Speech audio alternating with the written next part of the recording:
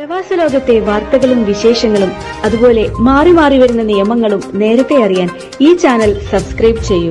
അടുത്തുള്ള bell icon enable ചെയ്യാൻ മറക്കേണ്ട. നമസ്കാരം. ഒമാൻ വാർത്തകളിലേക്ക് സ്വാഗതം. ഇന്ന് ഫെബ്രുവരി 12 ബുധൻ. പ്രധാന വാർത്തകൾ.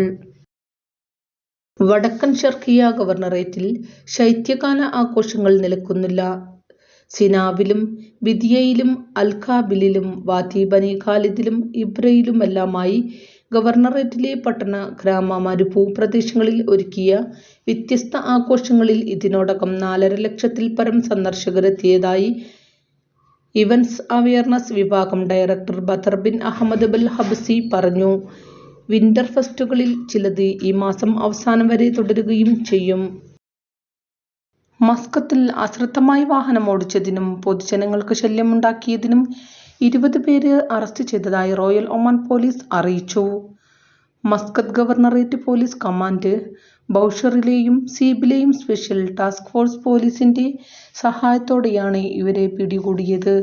അശ്രദ്ധമായ ഡ്രൈവിംഗ്, അമിതമായ ശബ്ദം, പൊതുജന ശല്യം എന്നിവയെ തുടർന്നായിരുന്നു നടപടി. വാഹനങ്ങൾ പിടിച്ചെടുക്കുകയും ചെയ്തു. നിയമ നടപടികൾ പൂർത്തീകരിച്ചു വരികയാണെന്ന് റോയൽ ഒമാൻ പോലീസ് അറിയിച്ചു. വടക്കൻ ബാത്തിന ഗവർണറേറ്റിലെ സുവൈഖ് വിലായത്തിൽ ഒരു പൗരന്റെ വീട്ടിൽ നിന്ന് കണ്ടെത്തിയ റെഡ് ഫോക്സിനെ കാട്ടിലേക്ക് മാറ്റി. ഒമാൻ പരിസ്ഥിതി വിഭാഗത്തിന്റെ നേതൃത്വത്തിലാണ് വന്യജീവി വിഭാഗത്തിൽപ്പെടുന്ന റെഡ് ഫോക്സിനെ കാട്ടിലേക്ക് മാറ്റിയത്. ഇതിന്റെ ദൃശ്യങ്ങളും പരിസ്ഥിതി അതോറിറ്റി പുറത്തുവിട്ടിട്ടുണ്ട്. റോയൽ ഒമാൻ പോലീസുമായി സഹകരിച്ചാണ് അധികൃതർ റെഡ് ഫോക്സിനെ അതിന്റെ സ്വാഭാവിക ആവാസ വ്യവസ്ഥയിലേക്ക് തിരികെ അയച്ചത്. ഒമാന്റെ സംരക്ഷിത വനമേഖലയിലും നാച്ചുറൽ റിസർവുകളിലും റെഡ് ഫോക്സിനെ ധാരാളമായി കണ്ടുവരാറുണ്ട്. ഇവയെ സംരക്ഷിക്കുന്നതിന് അധികൃതർ പ്രത്യേകം നടപടികൾ സ്വീകരിച്ചിട്ടുണ്ട്. സുഹാർ ഇന്ത്യൻ സ്കൂൾ വിദ്യാർത്ഥികളുടെ ട്യൂഷൻ ഫീ ഉയർത്താനുള്ള നീക്കത്തിൽ നിന്ന് മാനേജ്മെന്റ് കമ്മിറ്റി പിന്മാറണമെന്ന് ICF ഒമാൻ നാഷണൽ കമ്മിറ്റി ആവശ്യപ്പെട്ടു. രക്ഷിതാക്കളുടെ മേൽ അമിത സാമ്പത്തിക ഭാരം വരുത്തുന്നതാണ് ഫീസ് വർധന. കുടുംബ ബജറ്റ് തന്നെ ധാരാളം തെറ്റിക്കുന്ന ഇത്തരം നീക്കങ്ങൾ വിദ്യാർത്ഥികളുടെ വിദ്യാഭ്യാസം നിഷേധിക്കപ്പെടുന്ന സാഹചര്യം സൃഷ്ടിക്കും. നിലവിൽ ഈടാക്കുന്ന ഫീസ് നിരക്ക് തന്നെ ഉയർന്നതാണ്. മറ്റു ഫീസുകളും ചെലവുകളും വേറെയും കണ്ടെത്തേണ്ടി വരുന്നു. കച്ചവട സ്ഥാപനങ്ങളും സംരംഭങ്ങളും മറ്റും നിലനിൽപ്പ് തന്നെ ഭീഷണിയിലാവുകയും ശമ്പളവും ആനുകൂല്യവും വെട്ടിക്കുറയ്ക്കുകയും വേതനം ലഭിക്കാതിരിക്കുകയും ചെയ്യുന്നതുൾപ്പെടെ സാമ്പത്തികമായി പ്രതിസന്ധി നേരിടുന്ന രക്ഷിതാക്കൾക്ക് ഇരുട്ടടിയാകും വിധത്തിലാണ് ഇന്ത്യൻ സ്കൂളിലെ ഫീസ് വർധന. ഈ സാഹചര്യത്തിൽ ഫീസ് വർധിപ്പിക്കാനുള്ള തീരുമാനം സ്കൂൾ മാനേജ്മെന്റ് കമ്മിറ്റി മരവിപ്പിക്കണമെന്നും ഇതിന് ആവശ്യമായ നടപടികൾ ഇന്ത്യൻ സ്കൂൾ ഡയറക്ടർ ബോർഡ് സ്വീകരിക്കണമെന്നും ICF ഒമാൻ നാഷണൽ കമ്മിറ്റി ആവശ്യപ്പെട്ടു.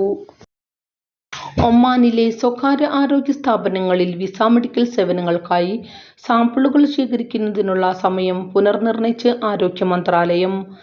രാവിലെ 7:30 മുതൽ വൈകിട്ട് 5 മണി വരെയാണ് ഇനി സാമ്പിൾ ശേഖരിക്കാൻ സാധിക്കുക. ലബോറട്ടറി പരിശോധനയ്ക്കായി ആരോഗ്യ മന്ത്രാലയത്തിൽ സാമ്പിളുകൾ അയക്കുന്നതിനുള്ള സമയം രാവിലെ 7:30-നും 10 മണിക്കും ഇടയിലായും നിർണയിച്ചു.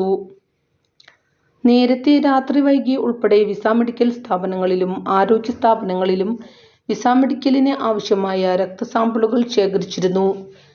CDCയിൽ ലബോറട്ടറി പരിശോധനയ്ക്ക് നൽകുന്നതിനും കൂടുതൽ സമയം അനുവദിച്ചിരുന്നു. ആരോഗ്യ മന്ത്രാലയത്തിന്റെ പുതിയ നിർദ്ദേശം ഈ മാസം 10 മുതൽ പ്രാബല്യത്തിൽ വന്നതോടെ വിസ മെഡിക്കൽ സേവനങ്ങൾ ഇനി പകൽ സമയം മാത്രം ആകും. പുതിയ നടപടിക്രമങ്ങൾ പാലിക്കുന്നതിൽ വീഴ്ച വരുത്തുന്നത് നിർദ്ദേശങ്ങളുടെ ലംഘനമായി കണക്കാക്കുമെന്നും സ്ഥാപനത്തെ നടപടികൾക്ക് വിധേയമാക്കുകയും ചെയ്യുമെന്നും ആരോഗ്യ മന്ത്രാലയം വിസ മെഡിക്കൽ കേന്ദ്രങ്ങൾക്കും ആരോഗ്യ സ്ഥാപനങ്ങൾക്കും നൽകിയ നിർദ്ദേശങ്ങളിൽ അറിയിച്ചു.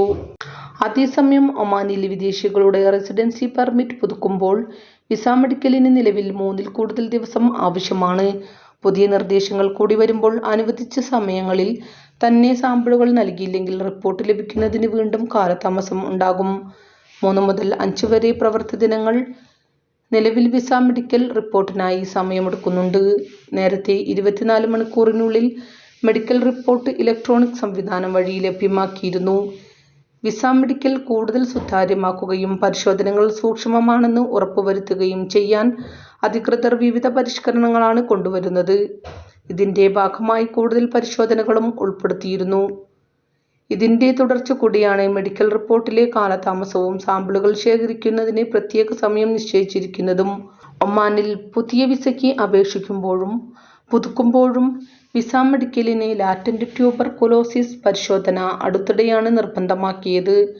ആളുകളിൽ മറഞ്ഞിരിക്കുന്ന TBയെ പരിശോധനയിൽ കണ്ടെത്തി ചികിത്സ ലഭ്യമാക്കുകയാണ് മന്ത്രാലയം ലക്ഷ്യം വയ്ക്കുന്നത്.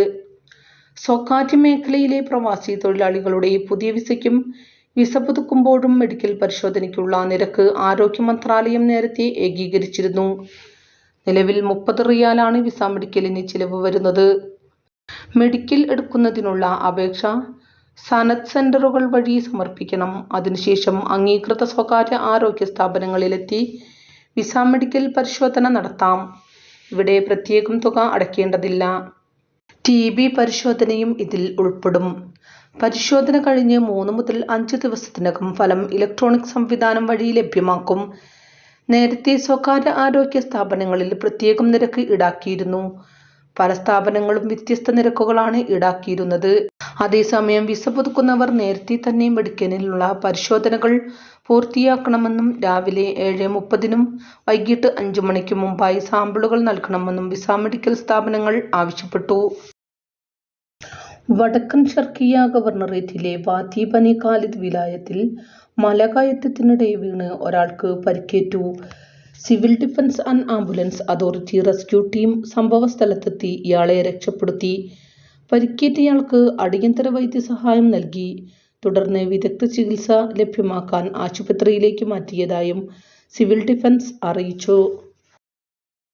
ഒമാനിലെ ഇന്ത്യൻ സ്കൂളുകളിലെ മികച്ച അധ്യാപകർക്കുള്ള ഡയറക്ടർ ബോർഡിന്റെ നവിൻ ആഷർകാസി അവാർഡുകൾ വിതരണം ചെയ്തു. ഗുബ്ര ഇന്ത്യൻ സ്കൂളിൽ നടന്ന പ്രൗഢഗംഭീരമായ ചടങ്ങിൽ ഇന്ത്യൻ അംബാസിഡർ അമിത് നാരംഗ് മുഖ്യാതിഥിയായിരുന്നു. വിദ്യാഭ്യാസ മന്ത്രാലയത്തിലെ administrative and financial affairs assistant director general Mahmoud bin Yahya bin Hamoud al Hussaini വിശിഷ്ടാതിഥിയായിരുന്നു. യുനെസ്കോ പട്ടികയിൽ ഉൾപ്പെട്ട ഒമാനി വ്യക്തിത്വങ്ങളെ അനുസ്മരിച്ച് വാർഷിക ദിനാചരണം.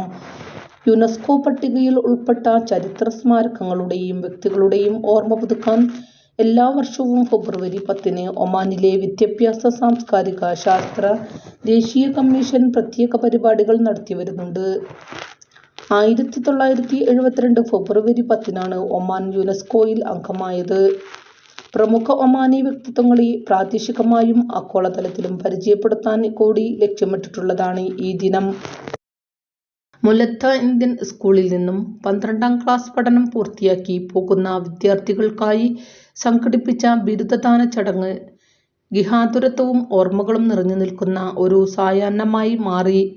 Doctor Monia Mohammed al Farsi മുഖ്യ അതിഥിയും ഇന്ത്യൻ സ്കൂളുകളുടെ board of directors finance director Nitish Kumar PP വിശിഷ്ടാതിഥിയുമായിരുന്നു.